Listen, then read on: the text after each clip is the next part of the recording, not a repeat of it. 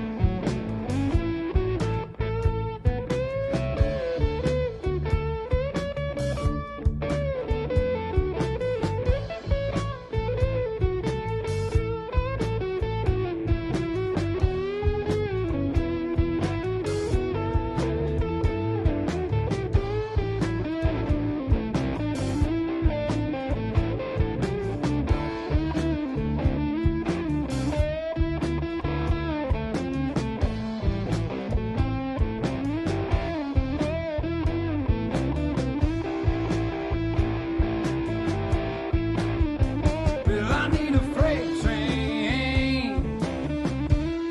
Come and take me a long way from here. Well, I need a freight train. Come and change my atmosphere. Won't you take me on down where the sun never shines?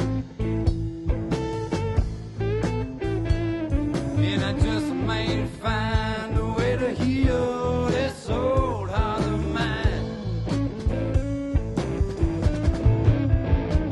And I just might find a way to heal this old heart of mine. Ladies and gentlemen, welcome. Good evening into the Charles Tyndale studio in the heart of downtown New Bern. This evening, we're going to bring you something different and special. We're going to bring you the first ever Libertarian candidate debate for the North Carolina District 3. And joining us in the studio this evening is a couple of gentlemen with some interesting views. Go ahead, gentlemen, introduce yourselves. You want to start with Nick? Nick, go for it. Okay, sorry. I'm Nicholas Sarwark. I'm chairman of the Libertarian National Committee, joining you from Phoenix, Arizona. I'm happy to host this first congressional primary debate for the Libertarian nominee for North Carolina's 3rd Congressional District. That election's coming up this Tuesday, April 30th. And in the studio, we're joined by Tim Harris, who is a systems engineer and entrepreneur from New Bern, and Shannon Bray, an information security officer from Apex. The candidates have agreed that the debate tonight will have a 2-minute opening statement, 3-minute closing statements, and they're going to try and keep their answers to questions down to 3 minutes. If the candidate feels that they need a rebuttal to the other person's answer, they can have one, but we're going to try and keep those brief. We did figure out ahead of time that Tim would go first for openings and closings. And so, Tim Harris, go ahead for your opening statement. Good evening, District 3. My name is Tim Harris. I am one of your Libertarian candidates for this particular congressional seat. The late Walter Jones died in February and left us without a congressman, and I appreciate everybody who's taken the time to come and watch this debate as we as a Libertarian Party choose our nominee. As Nick said, I am actually your homegrown Libertarian candidate here in this district. I have been living here in New Bern for several years now. I am a North Carolina native. I am a systems engineer. Many of you know me, most of you don't. We're going to find a Libertarian nominee here, and I appreciate Shannon Bray and the work that he's done in this campaign, and I look forward to this debate and hope that we can help you come to understand who we are individually and who we are as a party for those of you who aren't Libertarians. And thank you for joining us. Thank you, Tim. Shannon Bray, go ahead. Hi, my name's Shannon Bray. Professionally, I work in the cybersecurity area. I've been working in information technology now for almost 20 years. I'm currently a PhD student at the Missouri of Science and Technology. Other than that, I spend a lot of my time with my kids and my wife. We do live in Apex, which is outside the region. One of the things I wanted to do myself was run for Congress in the upcoming in 2020. But then when this one opened up, I felt like it would give me the opportunity to get some experience and really trying to understand the process a little more. All right. Thank you, Mr. Bray. Let's start with the first question that might be informative for people who may be watching this debate who are not Libertarians yet or considering voting in the Libertarian primary. First of all, why are you a Libertarian, and how would you sum up the Libertarian philosophy in one sentence? And we'll start with Shannon. I've been a Libertarian since 2013. Prior to being a Libertarian, I was a Republican, and it was just some of the politics that I had been seeing in the news with, and I don't want to bring up any particular instances here, but I just kind of felt like the Republican Party didn't really express the views that I had. And as I was doing research online, I found a little questionnaire that would ask you various questions and in trying to align your thoughts with various parties. And at the time it said Libertarian, and I had not heard of that. So I kind of started researching more about the Libertarian Party and found that a lot of the ideas that the Libertarian Party represented were things that I believed in, and I identified more as a Libertarian than I did with the Republican or the Democratic views. For me, what a Libertarian is more the minimalized government with the most personal freedom possible. All right, Tim? I can sum up the Libertarian philosophy in a simple sentence. That which you would not have done unto you, do not do unto others. This is a guiding principle of both religious philosophy. It's a guiding principle and should be of political philosophy, and it's one of my guiding principles. And it's the reason I'm a Libertarian. I believe that we ought to have a society, a government, a social structure in which we live in all versions that lives by that principle, that the things that you would not have done unto you, you don't do unto others.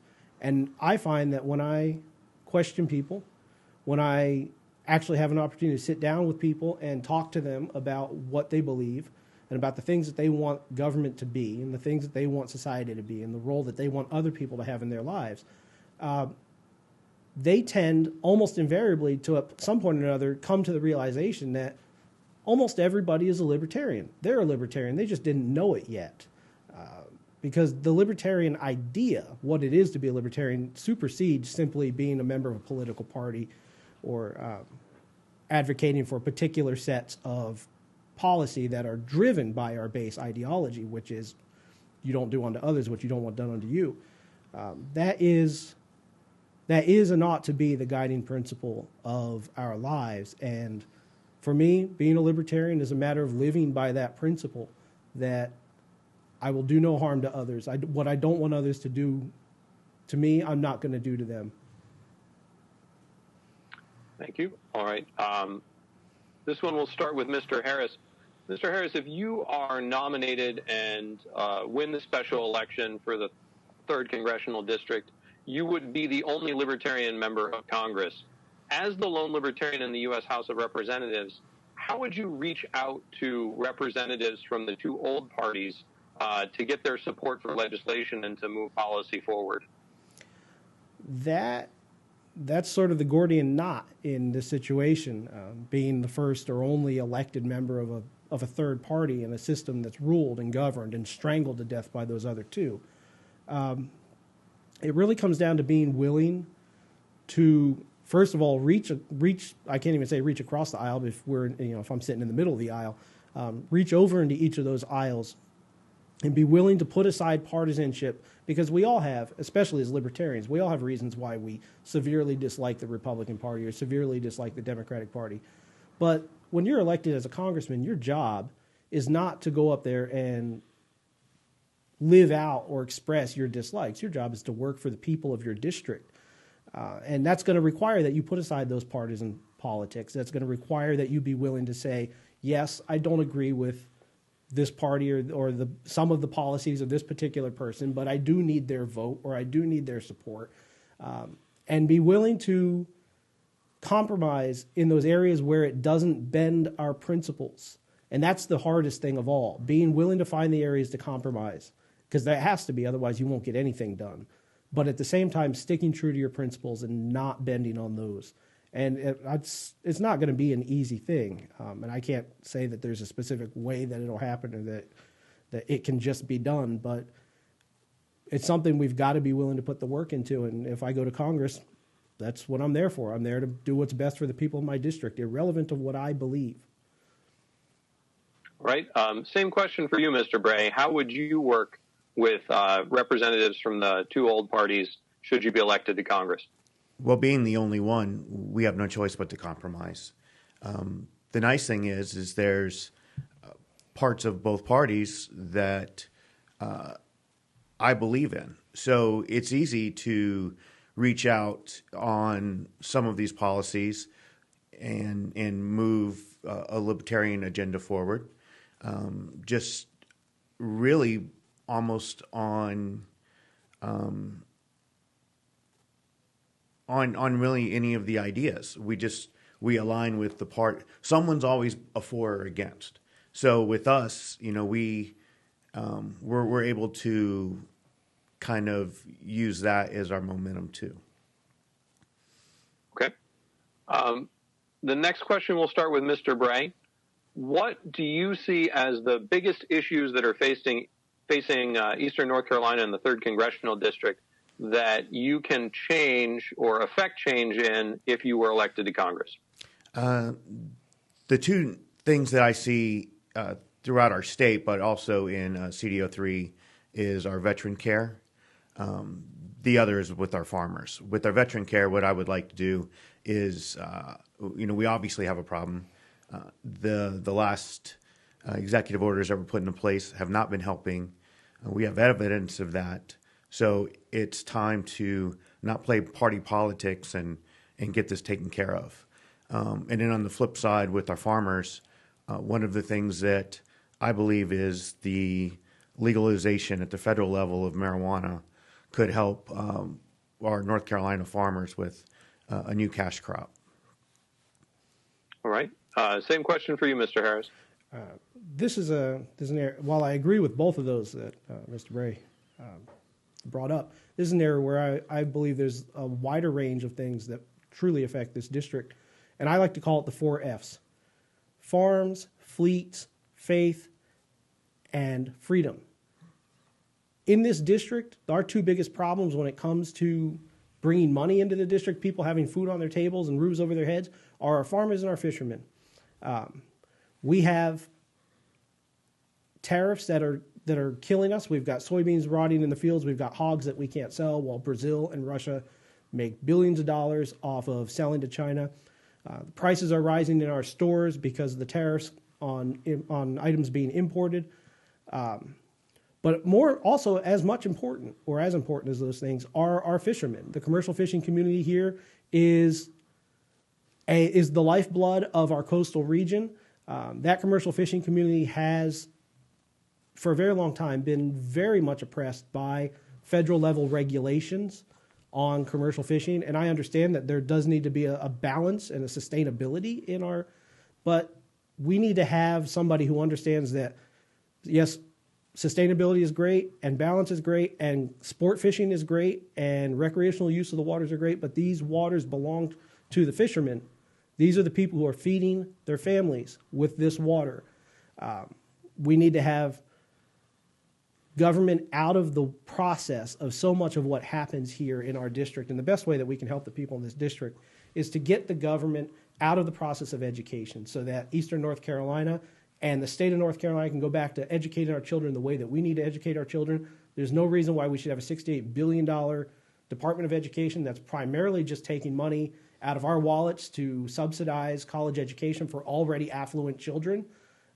While our children here in Eastern North Carolina are in schools that are falling apart, they're getting crap food being fed to them off of standards from the Food and Drug Administration, which is another boondoggle.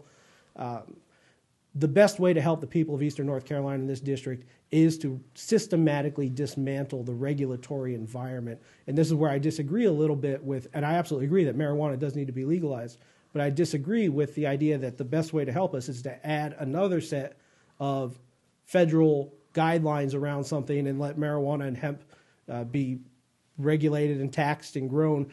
We just need freedom. If you want to grow weed, grow weed. If you want to grow hemp, great. Ship it and sell it. As far as I'm concerned, the best way to help anybody is get government out of their life. Okay. This next one, I'm going to start with Mr. Harris. And it builds off of the last question a little bit, but it came in before you answered it. What do you see as the balance between the major industries in the district, tourism industry, the energy industry, and the commercial fishing industry? And how would you balance the conflicting goals of, how the natural resources of the coastal region are used? That balance is one that doesn't have a whole lot of, one side of that scale doesn't have a lot of weight to it, to me. The primary discord that we have is between our commercial fishing industry and currently energy production. We have people want to drill for oil in our water. They want to do seismic testing to find oil deposits. For me, those scales are tipped clearly on the side of the people who live here. As a congressman, it's not my job to do what's best for ExxonMobil or what's best for BP or what's best for the people who have a congressman living in Oklahoma or North Dakota. No offense to those places. I would be elected to represent the people of this district, and we don't need seismic testing in our waters. We have no idea what the effect of that long-term is going to be on the ecosystem. We have no idea how damaging that can be. We do know exactly what oil wells and oil rigs, how damaging they can be to our water. Mr. Shannon Bray is from Louisiana. He can tell you all about how damaging that can be to an ecosystem. We don't need that here. That's yes, and I mean that affects both the tourism industry and it affects our commercial fishing industry. You put our commercial fishing industry out of business, and you're killing this district, and I'm not going to stand for it. And our energy sector is flush already. I don't see any reason why we need to be poking around for more yet. Okay. Mr. Bray, same question for you. How do you balance the powerhouse industries in Congressional District 3 between tourism, fishing, and energy production or exploration? Well, on this, there's really not a debate between us. Being born and raised in South Louisiana, I saw what the oil did, BP oil spills. It wrecks the community. So I will always kind of side with both the tourism here, which is not just a fishing, but scuba diving as well. And then you have your beaches. So it's more of our state and our state economy over ExxonMobil and the other large oil companies. Okay. I would like to ask Mr. Bray a question regarding that. What is your position in the commercial fishing versus sport fishing industry debate? Because a lot of that sport fishing industry, of course, comes with regulations against the commercial fishing industry. Yeah, They're no longer able to net catch things. So where do you stand on that? I'm more protective of the fish as it comes to that, and I do believe that some of the larger commercial fishermen should have regulations on them so that they don't completely damage the ecosystems of the longevity of the people who live here. So while I do believe in freedoms, it's more on the people who live on this land and need that. They need our waters not to be overfished. Okay. This next question will start with Mr. Bray. Mr. Bray, there have been a lot of incidents in the news, Parkland shooting most recently, and with the change to a Democratic control of the Congress, at least the House of Representatives, there's more discussion about what, if anything, should be done to reduce gun violence. What limitations do you believe there ought to be on the Second Amendment rights, and how should that be balanced with the epidemic of gun violence that we're seeing in our society? Well, I'm pro Second Amendment, but I'm also I do believe that we should limit who has access to firearms. I do not believe in constitutional carry. Ideally, I do not want felons and people who are mentally unsafe being able to have a concealed weapon. With that, I do support background checks that would help bring that up, but that's not the answer for everything. I will not vote for any restrictions as far as to the Second Amendment, but on the flip side, things like bump stocks, that's not a constitutional right. It's not even a weapon. It's more of an accessory. So that's kind of where I sit on that. Same question for you, Mr. Harris. Well, I believe that the Second Amendment is clear. The right to keep and bear arms shall not be infringed. Most of what we have as far as gun regulations today represent severe infringement. And we see situations now where there are some states that are attempting to, the state of New Jersey is trying to raise the fee to buy a weapon to thousands of dollars. Because that's exactly what it is when you set these fees and these regulatory requirements. To carry a handgun, your right to do so is significantly infringed. It's infringed by age requirements, infringed by pistol purchase permit requirements, infringed by the fees. These need to go away. I don't believe that we should be saying, oh, well, there are restrictions for people who are mentally ill. First of all, most people who are diagnosably mentally ill are no threat to anyone. It's a cop-out and a slander to say, oh, the mentally ill are the ones running around committing gun violence. Most of the people who committed gun violence could not be diagnosed with a mental incapacity previous to the event. Criminals, again, yes, they may have committed crimes, but the right to keep and bear arms shall not be infringed. I would rather somebody who has a record be able to go and buy a gun legally. This keeps them out of the black market. It keeps them out of further contact with other unsavory people. At least we know if they've got a gun or not, if they had to buy it, because even though we don't have gun registry in most states, we do have sales records. So at least if they had to buy one, we know that they've got one. Most of the gun violence in America is not these mass shootings with long rifles. Most of it is handgun violence. Most of that handgun violence is surrounding the war on drugs and our enforcement efforts and the underground traffic in the war on drugs. We could solve a lot of those problems simply by taking away the war on drugs and giving people back more freedom and creating less black markets that come with violence and come with trafficking and come with other forms of criminality that it's driving this gun violence in our cities and at our borders. Okay. This next question, we're going to start with Mr. Harris and then go to Mr. Bray. One of you will win the Libertarian Party's primary this coming Tuesday and shift from convincing Libertarians to nominate you as our candidate to speaking to the general election constituents. Many voters identify as part of a community, whether it be African-American voters, Latino voters, women, LGBT. There are various communities where there's a strong identity, and the Libertarian Party has a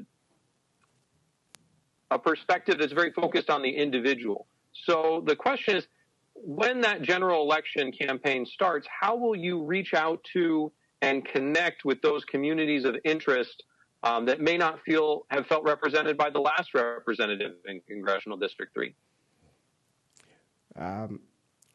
The community. I think it's Harris first. Yes. Am I wrong? I believe it is. Okay. The communities of the minority communities in this district didn't necessarily, in my opinion, feel exceptionally left out by our last congressman. Walter Jones was a very good man who loved all people and sought to reach out and serve all of the people that he could, and certainly anybody who came to him. That was his job, and that was the job he was going to do. In this current field of candidates, let's face it, the nominees or the front runners out of the other parties and the potential likely nominees are going to be of a particular socioeconomic and demographic class that I don't see is going to have any particular concern for LGBTQ, minority communities, immigrant communities, the African-American community. I recently had somebody in Onslow County reach out to me. He has been victim of, he believes, discrimination on the fact that he's gay and was fired from a job on federal jurisdiction, something to which you would turn to your congressman. And we don't have a congressman. And so he looked at the candidates and he contacted me because he felt I was the only person who would even be willing to try to help him. And unfortunately, I'm not the congressman yet. And I don't have the weight that Walter Jones would have. You know, he could just call the base commander and at least put this up on somebody's radar. But I told him I would do what I can, and I have been. Those minority communities, part of my ability to reach those minority communities is going to be the fact that I exist within those minority communities at a nexus in American, in the sort of the big Venn diagram of American identities. I exist within a nexus there that leaves me a natural ally of those underserved, undernoticed, underprivileged communities. That does come across. That it is, and because it's not an affectation, it's not something I'm trying to feel or trying to portray. It does come across when I interact with these voters in a way that, frankly, none of my Republican or Democrat or Constitution Party candidates are going to be able to do. Okay. Mr. Bray, same question. When you get to the general election campaign, how are you going to reach out to and connect with these communities in the district? Well, I won't actually be changing anything that I'm currently doing now. Up until this point, I've not only been focused on the Libertarian voter, I've been widely focused on everyone because there's not, a very high volume of Libertarians to focus on. So this really gives us the opportunity to reach out to everyone. And for me, it's been on social media. I know that I'm attracting people from all those demographics, and we're already engaging in conversations on various topics. And it gives other people also a chance to kind of learn from their questions and really kind of either drill more into it or either qualify me or disqualify me as our candidate. Okay. The next question will start with Mr. Bray. The president has put the immigration issue in the news front and center, both during his campaign and after the midterm elections, where he declared a national emergency and sought to take money from other military housing programs and put it towards building a wall on the southern border. Immigration is obviously going to be an issue in this coming election, and the president is driving that agenda. What is your position on the wall and immigration more generally, and how would you present that to the voters of CD3? Okay, there's a lot into that, so this one might get time capped. Let's start with the wall. I am opposed to the wall, both the Trump wall in its methodology and also due to the financial cost of it. I do support border security, which I know that's different than some of the other libertarian ideas. But I am also pro-immigration. So I would support a path to citizenship. I personally think that it should be twice as hard as doing it the legal way, but that would encapsulate the people in refugee status don't necessarily have a way to get here the legal way. But I don't necessarily believe in just wide open borders as well. So kind of somewhere in the middle. As far as the wall is concerned, what DHS currently has, I was always open to supporting that. But it's kind of where it all took a bitter southern turn in calling it the Trump wall. That it's just a methodology that I feel I can't support just because of the bitterness involved with it. But border security is something that I do care about. And I think it's a lot more than just a wall in itself will be ineffective. A lot of other things have to be in place. You have a little bit more time if you want to elaborate on what your alternative proposal would be. Oh, great. A couple things on one thing that we might be able to do with the wall is if we had to have a structure and it was going to come out of our budget, then we could build structures such as a solar panel farm or something that would kind of help compensate stealing that land from the landowners. Because that's the flip side of the equation that no one's really talking about is where is this wall going to be? It's not going to be on the very edge of all of these farmers' lands. You know, they're going to have to take land from them, build this wall, and then that's land and money that the farmers are going to kind of miss out on. So if you're able to do wind farms or solar farms or something like that to help at least generate revenue, I think that would be beneficial. But ideally, I think that the states should be responsible for their own wall if they want to build one, and we shouldn't be federally responsible for it. Okay. Mr. Harris, same question. I oppose the wall. Absolutely, under no uncertain circumstances should we have a wall. Not only do I oppose the wall, I believe we should pull down the sections of wall that we already have, not only not building more. Immigration is an issue that has plagued this nation from the moment it was founded. The ink was barely dry on the Constitution when the Adams administration attempted to claim that it could regulate who could come here and under what conditions they could come here and who they were allowed to imprison and kick out. It's called the Alien and Sedition Acts.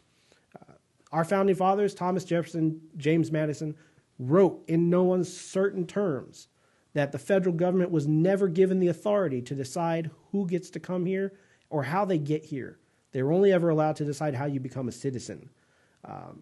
Immigration was meant to be free, easy, and legal. It used to be as easy as simply walking over the border.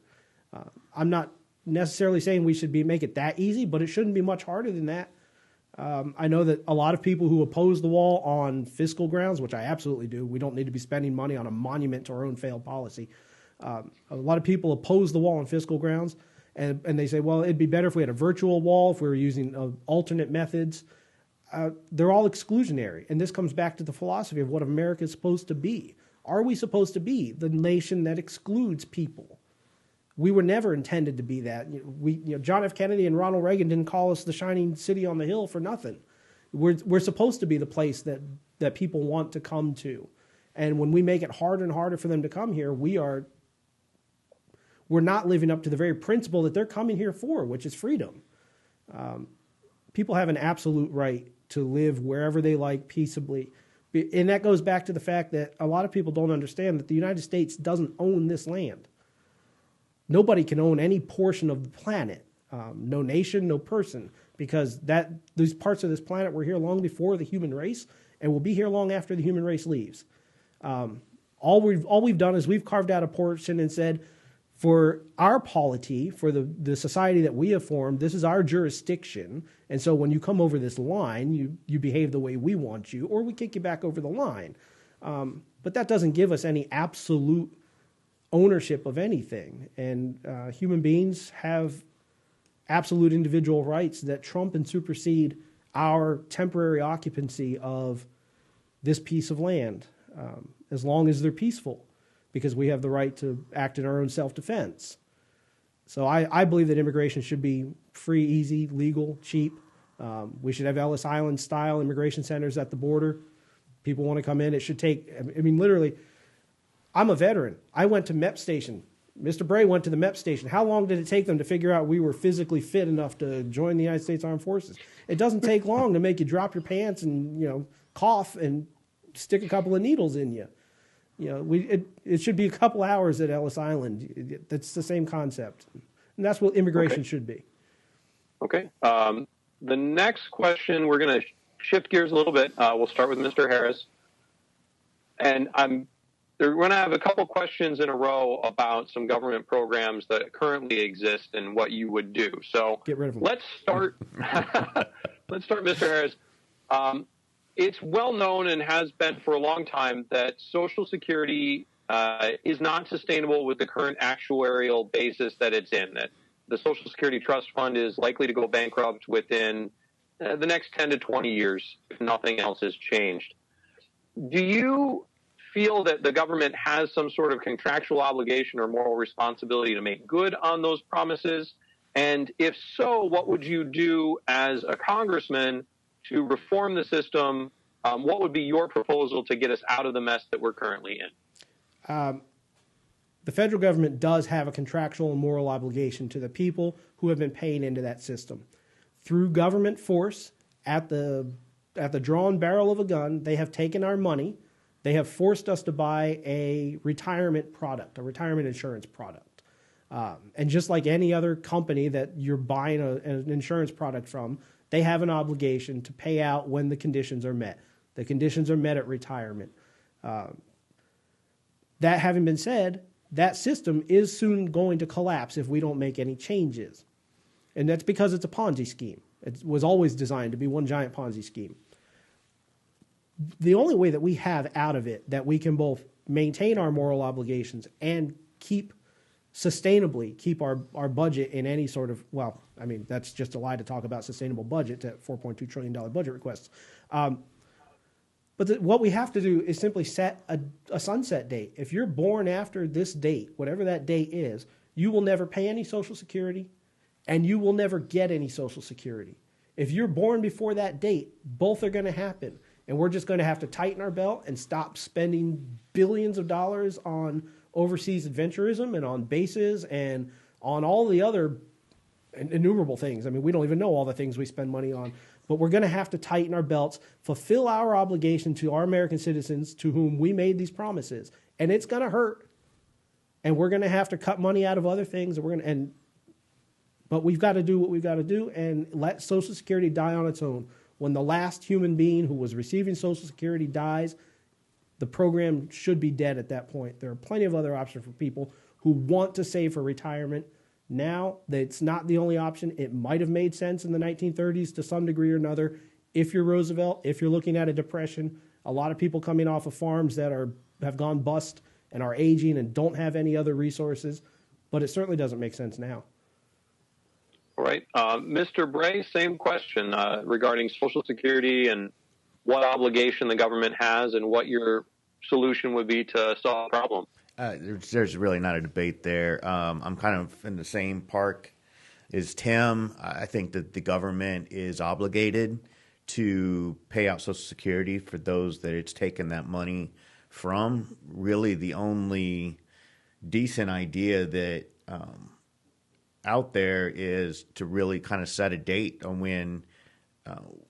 when people will stop paying into it, and then cut some of the other government programs that kind of help pay for it. You can end the war on drugs. That is we're racking up serious money doing that, and that was all started in 1970s, just kind of just as another stab against equality. So that's something that probably needs to go away.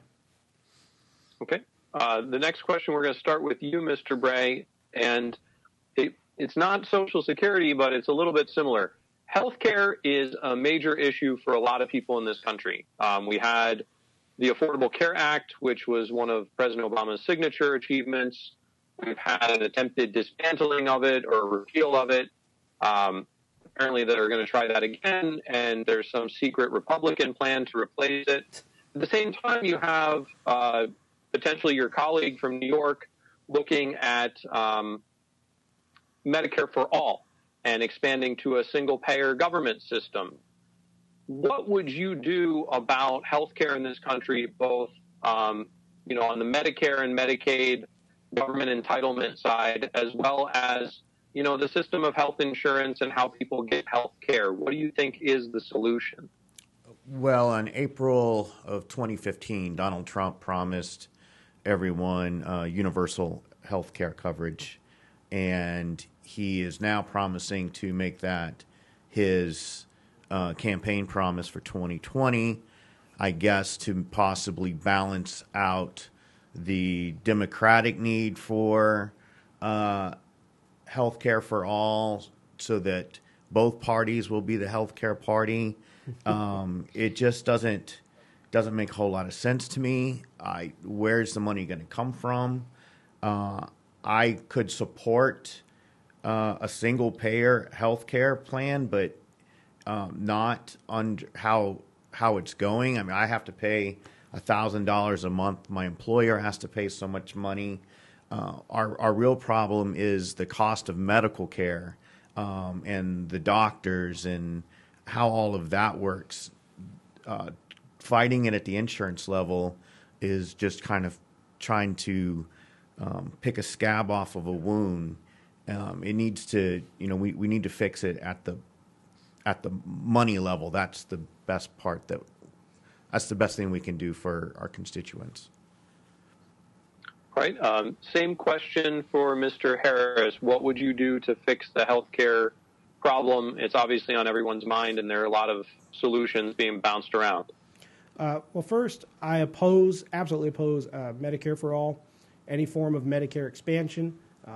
Medicare is in that group of policies that may or may not have made sense from the New Deal from the 1930s that simply no longer make sense anymore. We're watching the effects of government intervention in healthcare, and Medicare is part of that. I absolutely oppose single payer. If you want to know what government-run healthcare looks like, ask anybody in this room, including our producer. We're all veterans, okay? If you want to know what government-run healthcare looks like, go to the VA. We cannot recreate that. That's just a mess on its own that needs to be fixed, and we certainly don't need to be going and recreating that.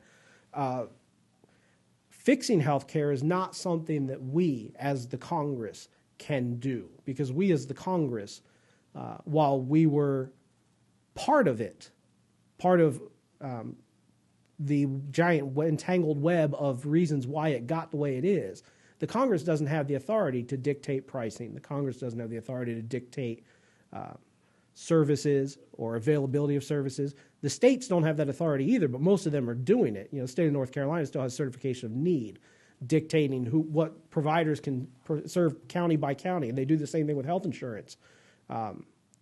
Competition and in the free market are the keys to reducing the costs of health care. And the way we do that is at the Congress is take away the laws and take away the regulatory bodies and take away the regulations that are being used by the large providers to strangle the market and keep the barriers of entry high to smaller providers or potential providers. It's a giant onion. There are a lot of layers to it, and not all of those layers can possibly even belong. Most of those layers don't belong to the Congress. But the Congress's role in that is promoting and fostering a free market atmosphere. So that, because the Congress does have, in addition to a legislative role and in addition to a money spending role, the Congress is also a thought leader in politics. States follow the example set by the Congress. And so if we foster a attitude of free market competition at the federal level, states will take notice. States will see that that begins to work, especially when healthcare prices begin to drop, especially in healthcare that crosses state borders, because that's where a place where the Congress does claim it has a role. Goods and services that cross state borders under the Commerce Clause. Don't get me started on whether or not that's even good at all, but the Congress does claim it. Healthcare is something. It's a market all on its own. It was originally, before we ever learned to call it a system, it was a free market healthcare thing that, for us here in America, was the best in the world. If you look at the two industries that the government has had its hands in the longest, since the 1950s, healthcare and education, costs have skyrocketed and quality has declined. Look at all of the other industries that were left relatively free or, somewhere between a free and captured market. It's the opposite. Costs have declined and quality has increased. It's a no-brainer. We need to return to a free market economy in healthcare, and it's one of the things that we do not have, and most people don't understand that. Okay. This question will start with you, Mr. Harris. President Trump just recently exercised the second veto of his presidency, overturning a congressional resolution to stop support for the Saudi Arabian bombing in Yemen. Would you, as a congressman, vote to repeal the War Powers Act, the authorization for the use of military force, and end that U.S. support and aid to Saudi Arabia for their engagement in the civil war in Yemen? Absolutely. That and every other engagement that is not the result of an attack on the United States. Defensive war is the only legitimate war. Congressionally declared war is the only legitimate war.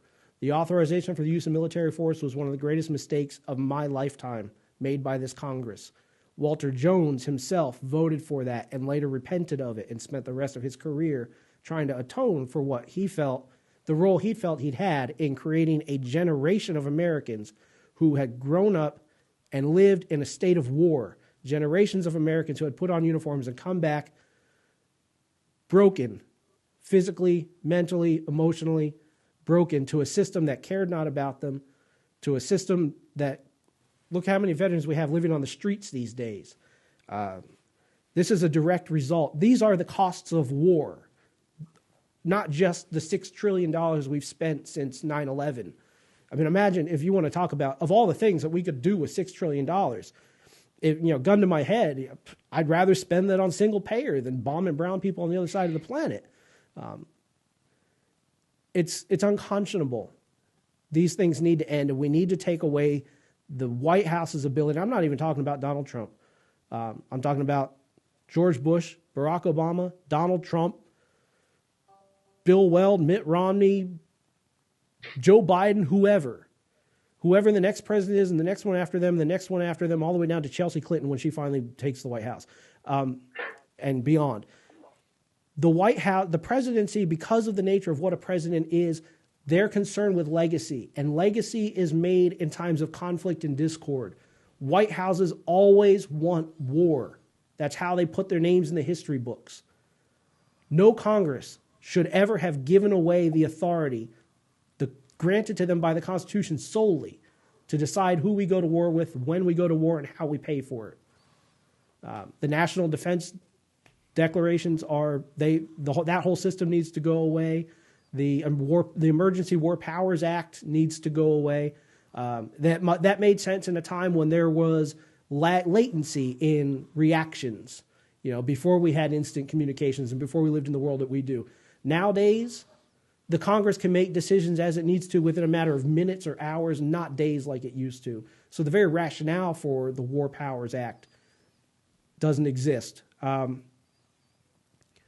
We need to get back to a culture of peace, and this is one of the few things I agree with George W. Bush. We have to have a culture of life in this country, and that involves not murdering people around the world. Frankly, okay. He didn't live up to that, but still. Mr. Bray, same question. If you were elected to Congress, would you vote to repeal the War Powers Act, the authorization for the use of military force, and to end U.S. support and aid to Saudi Arabia for their participation in the war in Yemen? Yes, and I kind of stand with Tim on this. I'm against the spending of any foreign money that hasn't been approved by Congress, basically at a stroke of a pen. A lot of this money we could use here back home to build houses for homeless veterans and get our VA system fixed and fight against veteran suicide. And it's mind-boggling to spend so much money somewhere else and not take care of our own. So until we could take care of our own, I don't think we belong in anybody else's affairs. Okay. There's a really quick question. No, I'm going to skip that one, actually. All right. It's about 8 minutes before the hour. I want to wrap it up with maybe one or two more questions. I'm going to start with Mr. Bray, and then I'm going to kind of play it by ear a little bit. Mr. Bray, this next question, the redacted Mueller report was just recently released with the special counsel's investigation of election interference by Russia and had a second volume regarding potential obstruction of justice by the president. Did you read that report? And based on what you know now, would you consider, if elected to Congress, supporting and voting for articles of impeachment should they be introduced? I have not read the entire report yet. I have started, but until I read the entire report myself, I don't want to speak on what I would or would not do. I do cybersecurity for DoD, and I am, if it is found that there was obstruction of justice in there, then I would support that. But I haven't read the report yet. Okay. Mr. Harris, same question. I have not read the Mueller report because I simply don't care about its contents. Everybody knew that the Trump administration and Russia colluded to some degree or another. Everybody knew Vladimir Putin wanted Trump to win. This is not an unusual thing. This is what countries do. Countries act in their own best interests. We did it to everybody. We did it to Israel. We meddle in other people's affairs and businesses. And to the extent that that happened, I don't think that that's a disqualifying thing for even for the person who won the presidency to claim, oh, well, somebody else wanted you to win. Well, that's what Vladimir Putin thought was in his best interests. As to the obstruction of justice, that's a different matter. If justice was obstructed, and it seems pretty clear, again, full disclosure, I haven't read the Mueller report, but it seems pretty clear that there was some obstruction of justice. And if the reports are true of the level of obstruction of justice, then Nixon was facing impeachment articles for less than that. Yes, that is something for which articles of impeachment should be presented. As to what I would vote, That's a difficult thing to say because I'm not privy to all of the evidence, and none of us are privy to all of the evidence outside of the Congress. And when those articles were presented, all of the evidence would be presented to those who have to make those votes. And so I cannot tell you I would vote one way or another because I'm not privy to exactly what we're going to see in the Congress if and when that does happen. Okay. Would you guys like to do one more question or go straight to closings at this point? I can do another question. We'll do another one. Okay. Then let's move to a more positive note. Yay. And we'll Don't do it. We'll start with Tim, and then we'll go to Shannon.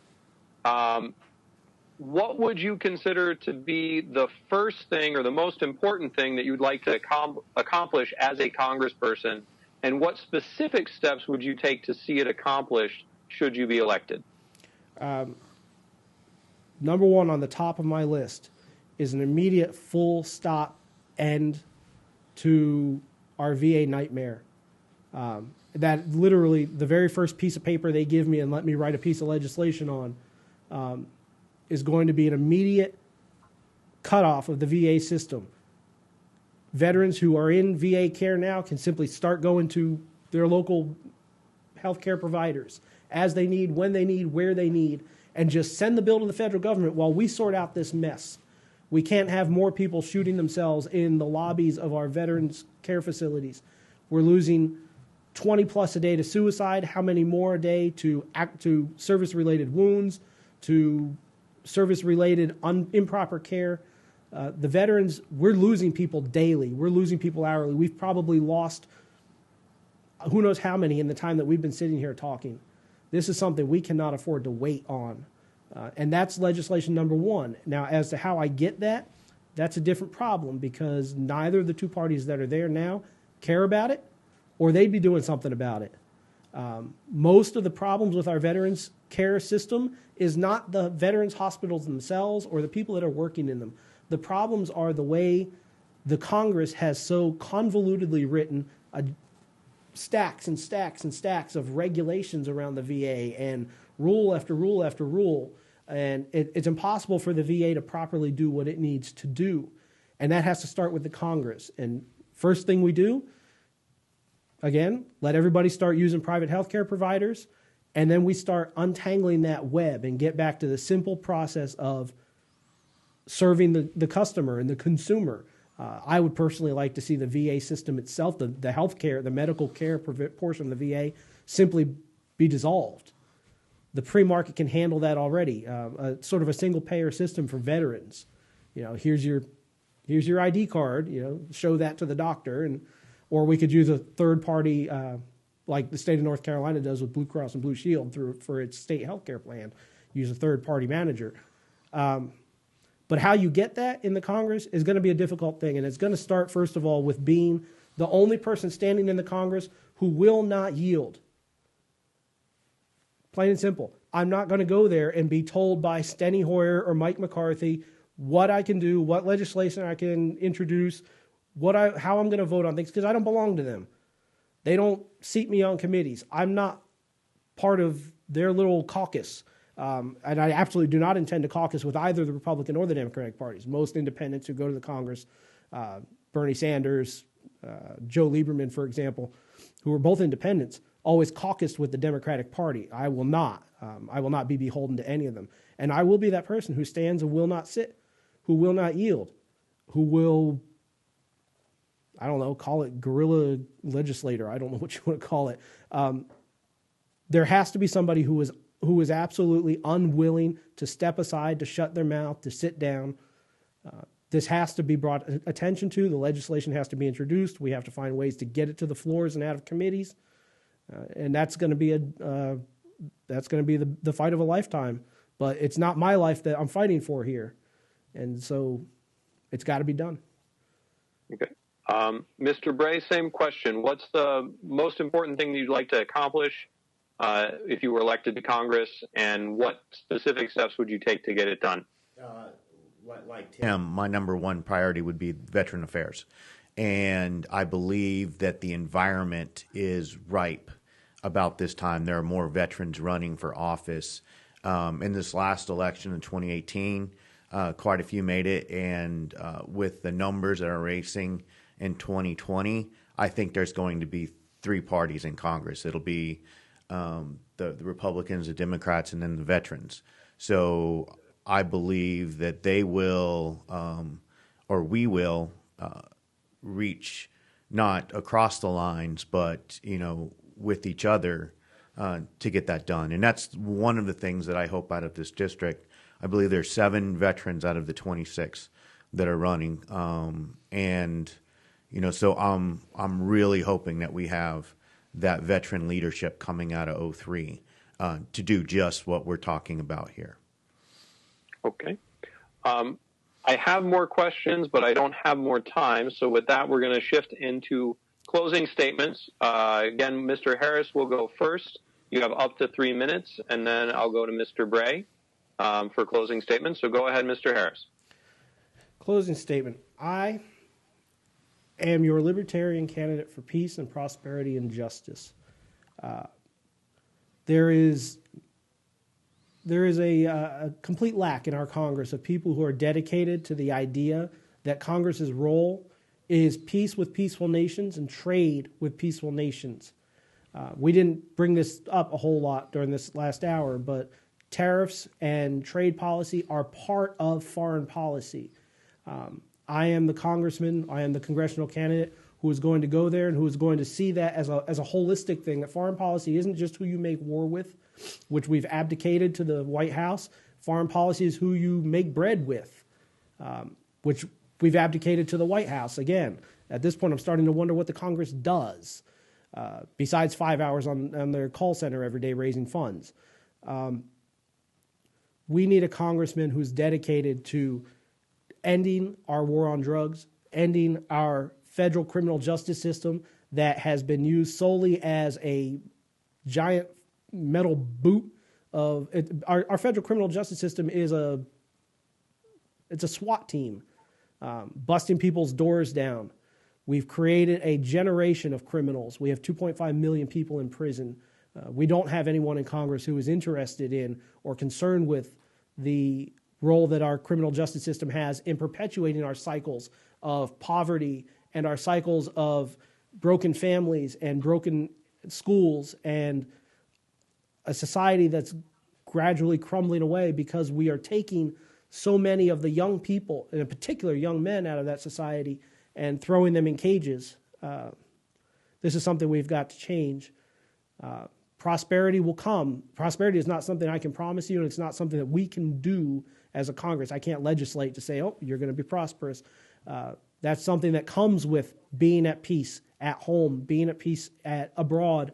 That's something that comes with keeping the government out of our lives. It's something that comes with having a free market. And a free market doesn't just mean what you buy and what you sell. A free market is your entire life. Capitalism encapsulates everything about your life.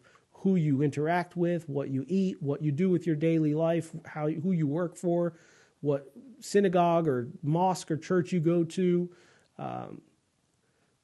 We need to have Congress people who understand that freedom is a whole. It is a holistic thing. It's not just a word that we throw around when we want to get elected.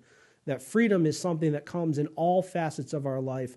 And in all facets of our life, we do not have that freedom, and we need somebody who will fight for it. My name is Tim Harris. I'm campaigning to be your congressman. Thank you. Thank you, Mr. Harris. Mr. Bray, go ahead.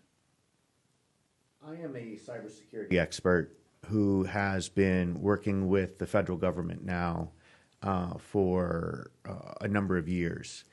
And one of the reasons why I'm running is to help get our laws in place that will defend our country from our enemies, not necessarily other countries, but that want to expose us in our information. One of the things that just recently happened, Mark Zuckerberg has basically admitted that he would like the federal government to pass the laws to regulate social media. And on him, it's brilliant because it takes the ownership off of him and it puts it on our Congress people. but there's not very many people in Congress that I want help making the cybersecurity laws. In fact, when you saw the session with Mark Zuckerberg and a lot of the other major players, Congress just didn't really understand how our internet technology works. So while on some of the things I'll champion with the VA, I know I stand with several others there. Cybersecurity is another passion of mine. And with that, I'm Shannon Bray, and I'm running for the Libertarian candidate in CDO3. All right. Thank you very much to both Tim Harris and Shannon Bray for joining us tonight for this debate for the Libertarian primary election for the special election for the 3rd District of North Carolina. The election is coming up this Tuesday, April 30th. If you are a registered Libertarian in North Carolina, be sure to go out and vote. And thank you to all the viewers for watching this debate. Informing yourself is the best way to make sure that you choose the right candidate to represent you and your values in this upcoming election. Again, my name is Nicholas Sarwark, Chairman of the Libertarian National Committee. Thank you so much for letting me moderate this debate, and have a great night. Thank you, Nick. Thank you.